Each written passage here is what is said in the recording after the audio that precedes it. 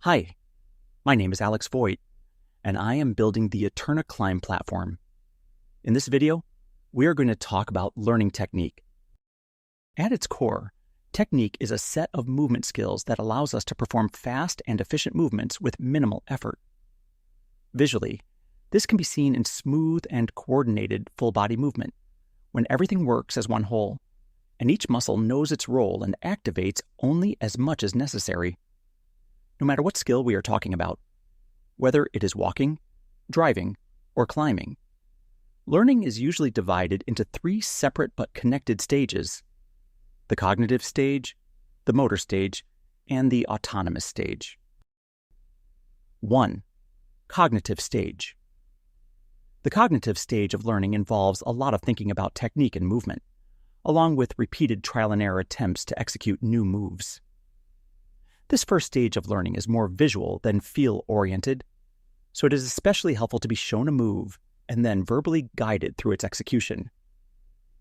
Early attempts at this stage are clumsy, inefficient, and jerky, with energy and strength being wasted unnecessarily.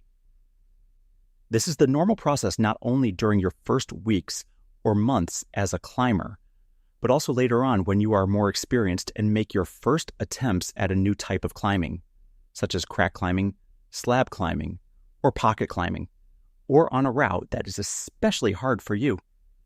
Given how many different and complex forms of climbing there are, it may take weeks or even months to move through the cognitive stage when learning a new climbing skill set.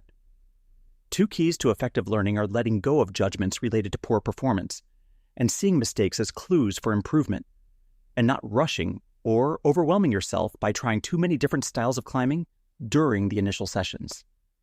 Most importantly, aim to build good technique by repeating moves, and sometimes entire routes, until you can climb them smoothly and efficiently.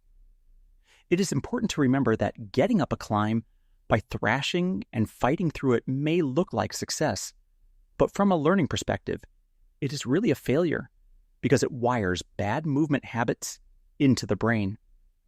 As a result, you develop poor technique instead of good technique. In EternaClimb individual programs, we also include exercises that are specifically focused on reinforcing movement patterns. 2. Motor stage.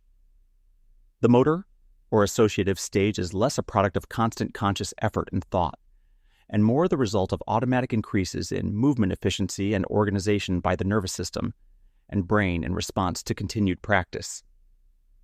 Through regular practice of a class of skills and repeated attempts at a specific movement, the brain forms new neural connections. At this stage, movement becomes more fluid, more confident, and more economical. Energy expenditure decreases, and the natural momentum of the body and limbs is used to advantage. This marked increase in movement economy is the defining feature of the motor stage of learning. At this stage, the goal becomes more refined and more demanding. Moves should be performed efficiently and with strength in reserve, not barely forced out in desperation. Early, crude success should not be accepted as good enough, because that will not lead to the best development of technique and efficiency. Research has shown that more demanding goals lead to both better performance and faster improvement. The goal should be to refine movement and confidently dominate a certain grade, not just barely get through it. 3. Autonomous stage. The final stage of learning is called the autonomous stage.